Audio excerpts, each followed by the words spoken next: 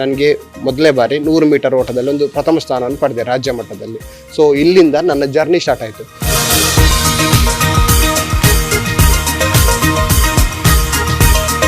ಅವರದು ಮೇನ್ ಉದ್ದೇಶ ಏನಂದ್ರೆ ಅವ್ರ ಜೊತೆ ನಾವು ಕೂಡ ಫಿಟ್ ಆಗ್ಬೇಕಂತ ಹೇಳುವಂಥದ್ದು ಅವ್ರ ಮೇನ್ ಪರ್ಪಸ್ ಆಗಿರ್ತದೆ.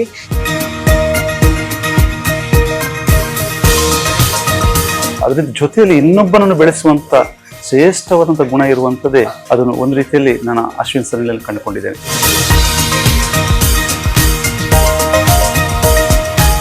ಇಂದಿನ ಕಾಲದಲ್ಲಿ ತಾವಾಯಿತು ತಮ್ಮ ಕೆಲಸವಾಯಿತು ಎಂದು ಇರುವವರ ನಡುವೆ ಇಲ್ಲೊಬ್ಬರು ತಮ್ಮ ಕೆಲಸದ ಜೊತೆಗೆ ತಮ್ಮ ಊರಿನವರಿಗೆ ಒಳಿತಾಗಲಿ ಎಂಬ ನಿಟ್ಟಿನಲ್ಲಿ ಉಚಿತ ಜಿಮ್ ಆರಂಭಿಸುವ ಮೂಲಕ ಎಲ್ಲರ ಗಮನ ಸೆಳೆದಿದ್ದಾರೆ.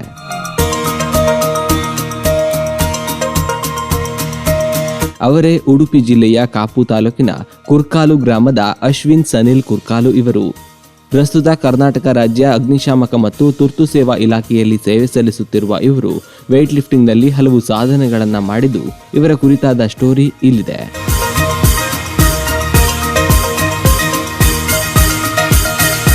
ಅಗ್ನಿಶಾಮಕ ಮತ್ತು ತುರ್ತು ಸೇವಾ ಇಲಾಖೆಯಲ್ಲಿ 2005ರಂದು ನಾನು ಕೆಲಸಕ್ಕೆ ಜಾಯ್ನ್ ಆದೆ. ಈ ಕೆಲಸಕ್ಕೆ ಜಾಯ್ನ್ ಆದ ನಂತರ ಇಲ್ಲಿ ನಮ್ಮ ಒಂದು ಇಲಾಖೆಯಿಂದ ಕ್ರೀಡಾಕೂಟ ನಡೀತದೆ. ಈ ಕ್ರೀಡಾಕೂಟದಲ್ಲಿ ಒಂದು 2006ರಲ್ಲಿ ನಾನು ಪ್ರಥಮವಾಗಿ ಭಾಗವಹಿಸಿ ಅಲ್ಲಿ ನನಗೆ ಮೊದಲೇ ಬಾರಿ 100 ಮೀಟರ್ ಓಟದಲ್ಲಿ ಒಂದು ಪ್ರಥಮ ಸ್ಥಾನವನ್ನು ಪಡೆದೆ ರಾಜ್ಯ ಮಟ್ಟದಲ್ಲಿ. ಸೊ ಇಲ್ಲಿಂದ ನನ್ನ ಜರ್ನಿ ಸ್ಟಾರ್ಟ್ ಆಯಿತು.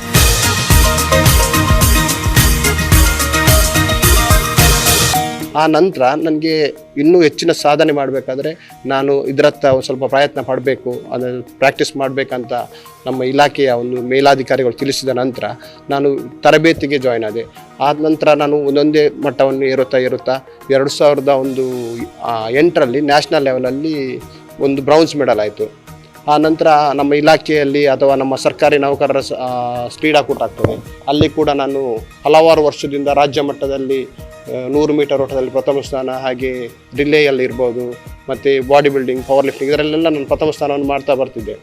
ಸೊ ಅದರ ನಂತರ 2018ರಲ್ಲಿ ಮೊದಲನೇ ಬಾರಿಗೆ ನನಗೆ ಒಂದು ನಮ್ಮ all India fire service games ಅಂತೇಳಿ ನಡೆಯಿತು, ರಾಷ್ಟ್ರ ಮಟ್ಟದ್ದು.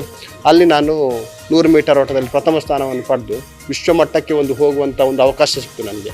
ಅದು 2018ರಲ್ಲಿ ಸೌತ್ ಕೊರಿಯಾದಲ್ಲಿ ನಡೆಯಿತು. ಈ ಸಂದರ್ಭದಲ್ಲಿ ನಾನೊಂದು ವಿಶ್ವಮಟ್ಟದ ಸ್ಪರ್ಧೆಯಲ್ಲಿ ಭಾಗವಹಿಸಿ ಅಲ್ಲಿ ನಾನು 100 ಮೀಟರ್ ಓಟದಲ್ಲಿ ನನಗೆ 4th ಪ್ಲೇಸ್ ಆಗಿತ್ತು. ಹಾಗೆ ನಮ್ಮ ಭಾರತ ತಂಡಕ್ಕೆ ರಿಲೇಯಲ್ಲಿ 3rd ಪ್ಲೇಸ್ ಆಗಿತ್ತು. ಇದು ನಂದು ಮೊದಲ ಒಂದು ವಿಶ್ವಮಟ್ಟದ ಸ್ಪರ್ಧೆ. ಈ ವಿಶ್ವಮಟ್ಟದ ಸ್ಪರ್ಧೆಗೆ ನಾನು ತೆರಳುವಂಥ ಸಂದರ್ಭದಲ್ಲಿ 2008ರಲ್ಲಿ ನಾನು ಒಂದು ವಿಶ್ವಮಟ್ಟದ ಸ್ಪರ್ಧೆಯಲ್ಲಿ ಭಾಗವಹಿಸಬೇಕೆಂಬ ಒಂದು ಆಸಕ್ತಿಯನ್ನು ಹೊಂದಿದ್ದೆ. ಆದರೆ ನನಗೆ ಈ ಒಂದು ನನ್ನ ಒಂದು ನನಸಾಗಿದೆ 2018ರಲ್ಲಿ. ಅಂದರೆ ನಾನು ಸತತವಾಗಿ ಒಂದು 10 ವರ್ಷಗಳ ಕಾಲ ಇದರತ್ತ ಪ್ರಯತ್ನ ಪಟ್ಟಿದ್ದೇನೆ. ಸೊ ನಾವು ಸತತವಾಗಿ ಪ್ರಯತ್ನ ಪಟ್ಟರೆ ನಮಗೆ ಏನನ್ನು ಬೇಕಾದರೂ ಸಾಧಿಸಬಹುದು ಎಂಬ ಒಂದು ಆತ್ಮವಿಶ್ವಾಸ ನನಗೆ ಆ ಸಂದರ್ಭದಲ್ಲಿ ತುಂಬಿತು. ಸೊ 2018ರಲ್ಲಿ ನಾನು ಬ್ರೌನ್ಸ್ ಮೆಡಲ್ ಪಡೆದಾಗ ಪುನಃ ನನಗೆ ಆಸೆ ಆಯಿತು, ಯಾಕೆ ನಾನು ವಿಶ್ವಮಟ್ಟದಲ್ಲಿ ಒಂದು ಪದಕ ಪಡೆಯಬಾರ್ದು ಎಂಬ ಸತತ ಪ್ರಯತ್ನ ಪಟ್ಟು 2024ರಲ್ಲಿ ವಿಶ್ವಮಟ್ಟದ ಒಂದು ಕ್ರೀಡಾಕೂಟದಲ್ಲಿ 100 ಮೀಟರ್ ಓಟದಲ್ಲಿ ಬ್ರೌನ್ಸ್ ಮೆಡಲ್ ಆಯಿತು. ಹಾಗೆ ಬಾಡಿ ಬಿಲ್ಡಿಂಗ್, ಹಾಗೆ ಪವರ್ ಲಿಫ್ಟಿಂಗಲ್ಲಿ ಗೋಲ್ಡ್ ಮೆಡಲ್ ಪಡೆದು ಇದು ನನ್ನದೊಂದು ಏನು ಕನಸಿತ್ತು, ಇದೊಂದು ಈಡೇರಿತು. ಆ್ಯಕ್ಚುಲಿ ಒಳ್ಳೆಯ ಪ್ರತಿಭೆ ಇರೋದು ಗ್ರಾಮೀಣ ಪ್ರದೇಶದಲ್ಲೇ, ಬಟ್ ಇವರಿಗೆ ಸರಿಯಾದ ತರಬೇತಿ ಇಲ್ಲ, ಮಾರ್ಗದರ್ಶನ ಇಲ್ಲ. ಇದರಿಂದ ನಮ್ಮ ಗ್ರಾಮೀಣ ಪ್ರದೇಶದ ಮಕ್ಕಳು ಅವ್ರದ್ದು ಏನು ಆಸೆ ಇರ್ತದೆ ಅದು ಒಂದು ಜಿಲ್ಲಾ ಮಟ್ಟ ಅಥವಾ ರಾಜ್ಯ ಮಟ್ಟಕ್ಕೆ ಸೀಮಿತವಾಗಿ ಅದಕ್ಕಿಂತ ಮುಂದೆ ಹೋಗೋದಿಲ್ಲ. ಯಾಕಂದರೆ ಅವರಿಗೆ ಸರಿಯಾದ ಪ್ರೋತ್ಸಾಹ ಇಲ್ಲ, ಮಾರ್ಗದರ್ಶನ ಇಲ್ಲ. ಈ ಒಂದು ದೃಷ್ಟಿಯಿಂದ ನನ್ನ ಕೈಯಲ್ಲಿ ಆಗುವಷ್ಟು ನಾನು ನಮ್ಮ ಊರಿನಲ್ಲಿ ಆಗಲಿ ಯಾವುದೇ ಗ್ರಾಮೀಣ ಪ್ರದೇಶದ ಮಕ್ಕಳಾಗಲಿ ನನ್ನ ಕೈಯಲ್ಲಾದ ತರಬೇತಿ ಆಗಬಹುದು, ಮಾರ್ಗದರ್ಶನವಾಗಲು ಯಾವಾಗಲೂ ನಾನು ನೀಡ್ತಾ ಬರ್ತಿದ್ದೇನೆ. ಮತ್ತು ಮಕ್ಕಳಲ್ಲಿ ಈಗಿನ ಮಕ್ಕಳಿಗೆ ನಾನು ಹೇಳೋದೇನೆಂದರೆ, ನೀವು ಯಾವುದೇ ಒಂದು ಕ್ರೀಡೆಗೆ ನೀವು ಭಾಗವಹಿಸಬೇಕು ಅಥವಾ ನೀವು ಸಾಧನೆ ಮಾಡಬೇಕಂತ ಹೇಳಿದ್ರೆ ಮೊದಲು ನಿಮ್ಮಲ್ಲಿ ನೀವು ಆತ್ಮವಿಶ್ವಾಸವನ್ನು ಬೆಳೆಸ್ಕೊಳ್ಬೇಕು. ಮಾತ್ರವಲ್ಲದೆ ಸೋಲನ್ನು ಒಪ್ಕೊಳ್ಳೋದು ಕಲಿಬೇಕು. ಈಗಿನ ಮಕ್ಕಳು 1-2 ಸ್ಪರ್ಧೆಗೆ ಹೋಗ್ತಾರೆ, ಸೋತಾಗ ಅವ್ರಿಗಿನ್ನು ನನ್ನ ಕೈಯಲ್ಲಿ ಆಗೋದಿಲ್ಲ ಅಂತ ಆತ್ಮವಿಶ್ವಾಸ ಬಿಟ್ಬಿಡ್ತಾರೆ. ಇದಕ್ಕೆ ನಾನೇ ಎಕ್ಸಾಂಪಲ್ ಇದ್ದೇನೆ. ಯಾಕಂದರೆ ನಾನು ಒಂದು ವಿಶ್ವಮಟ್ಟದಲ್ಲಿ ಪದಕ ಪಡೆಯಬೇಕು ಸತತವಾಗಿ 10 ವರ್ಷಗಳ ಕಾಲ ಪ್ರಯತ್ನ ಪಟ್ಟಿದ್ದೇನೆ. ಎಲ್ಲರಿಗೆ ಒಂದು ಜಿಮ್ಮಿನ ತರಬೇತಿ ಉತ್ತಮ ಮಟ್ಟಿನಲ್ಲಿ ಕೊಡ್ತಾ ಇದ್ದಾರೆ. ಯಾವುದು ಕೂಡ ಕಮ್ಮಿ ಇಲ್ಲ, ಮೆಟೀರಿಯಲ್ಸ್ ಆಗಲಿ ಅಥವಾ ಒಂದು ತರಬೇತಿ ಆಗಲಿ ಯಾವುದಕ್ಕೂ ಕೂಡ ಅವರು ಅಲ್ಲಿ ಕೊರತೆ ಇಲ್ಲ. ಒಂದು ಉತ್ತಮ ಮಟ್ಟಿನ ಒಂದು ಉಚಿತವಾಗಿ ಜಿಮ್ಮಿನ ವ್ಯವಸ್ಥೆ ನಾವು ಇಲ್ಲಿ ಸಿಗ್ತಾ ಇದೆ. ಮತ್ತು ಈ ಗ್ರಾಮೀಣ ಪ್ರದೇಶದಲ್ಲಿ ಒಂದು ಅಂದರೆ ಬೇರೆ ಮೊಬೈಲ್ ಆಗಲಿ ಅಥವಾ ಬೇರೆ ಚಟ ಆಗಲಿ ಒಂದು ಯಾವ ಯುವಕರು ಹೋಗ್ತಾ ಇದ್ದಾರೆ ಆ ಕಡೆಗೆ ಹೋಗಬಾರ್ದು. ಅವರ ದೃಷ್ಟಿಕೋನ ಆ ಥರ ಇದೆ. ಆ ಕಡೆಗೆ ಹೋಗಬಾರ್ದು.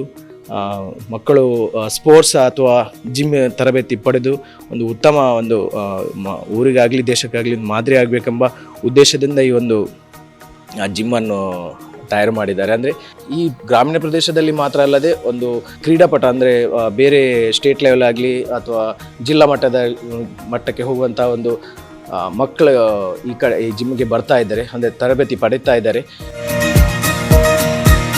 ಈ ಊರಿನ ಉದ್ಯಮಿಗಳು ಕೂಡ ಈ ಒಂದು ಜಿಮ್ಗೆ ಸೇರಿದ್ದಾರೆ. ಅಂದರೆ ಅವರು ಕೂಡ ಉಚಿತ ಸೇವೆ ಪಡೆಯಲಿಕ್ಕೆ ಇಷ್ಟ ಇಲ್ಲದೆ ಅವರು ಕೂಡ ಒಂದು ಬೇರೆ ಸೇವೆಯಲ್ಲಿ ಕೂಡ ಈ ಥರ ನಮಗೆ ಜಿಮ್ಗೆ ಒಂದು ವ್ಯವಸ್ಥೆಯನ್ನು ಕಲ್ಪಿಸಿದ್ದಾರೆ. ಅದರಲ್ಲಿ ಒಂದು ಬೆಳಿಗ್ಗೆ ಮೊಟ್ಟೆ ಕೊಡುವುದಾಗಲಿ ರೀ ಅಥವಾ ಕೆಲವೊಂದು ಸಂದರ್ಭದಲ್ಲಿ ಊಟದ ವ್ಯವಸ್ಥೆ ಆಗಲಿ ಆ ಥರ ಒಂದು ನಮಗೆ ಕಲ್ಪಿಸಿದ್ದಾರೆ. ಆ ಮಟ್ಟಿನಲ್ಲಿ ಅಶ್ವಿನನ್ನು ಕೂಡ ಈ ಒಂದು ಊರಿಗೆ ಕೂಡ ಒಂದು ಉತ್ತಮ ಮಾರ್ಗದರ್ಶನ ಆಗಿದ್ದಾರೆ ನಮಗೆ.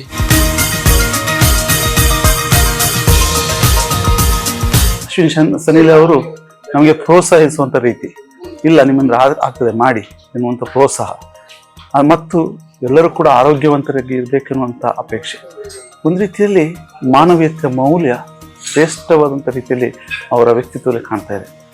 ಯಾಕಂದರೆ ಒಬ್ಬ ಮನುಷ್ಯನಿಗೆ ಖಾಲಿ ತನ್ನ ಜೀವನ ಮಾತ್ರ ಅಲ್ಲ, ತಾನು ಗಳಿಸುವಂಥ ಗುಣಗಳು ಮಾತ್ರ ಅಲ್ಲ, ಅದರಿಂದ ಜೊತೆಯಲ್ಲಿ ಇನ್ನೊಬ್ಬನನ್ನು ಬೆಳೆಸುವಂಥ ಶ್ರೇಷ್ಠವಾದಂಥ ಗುಣ ಇರುವಂಥದ್ದೇ ಅದನ್ನು ಒಂದು ರೀತಿಯಲ್ಲಿ ನಾನು ಅಶ್ವಿನ್ ಸನಿಲಲ್ಲಿ ಕಂಡುಕೊಂಡಿದ್ದೇನೆ.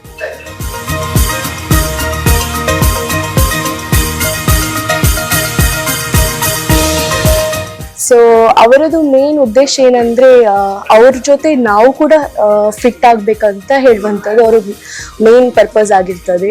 ಇಲ್ಲಿರುವ ಎಲ್ಲ ವಿಲೇಜ್ ಯೂತ್ಸ್ಗಳಿಗೆ ತುಂಬಾ ಸಪೋರ್ಟಿವ್ ಆಗಿದ್ದಾರೆ. ಹಾಗೆ is one of the best coach ನಾನು ನನ್ನ ಲೈಫಲ್ಲಿ ನೋಡಿದ್ದು. ತುಂಬಾ ಒಳ್ಳೆ ಗೈಡ್ ಮಾಡ್ತಾರೆ.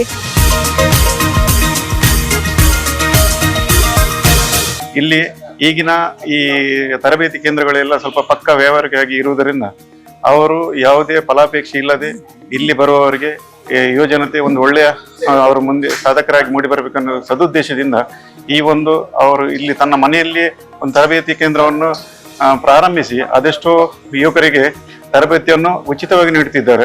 ಸುಮಾರು 5-6 ತಿಂಗಳುಗಳಿಂದ ನಾನು ಇಲ್ಲಿ ಬಂದಿದ್ದೇನೆ. ಈ ವೆಯ್ಟ್ ಲಿಫ್ಟಿಂಗ್ ಅಥವಾ ಬೇರೆ ರೀತಿಯಾದಂಥ ಜಿಮ್ಮಿನ ಈ ವ್ಯವಸ್ಥೆ ನಮಗೆ ಕೊಟ್ಟಿದ್ದಾರೆ.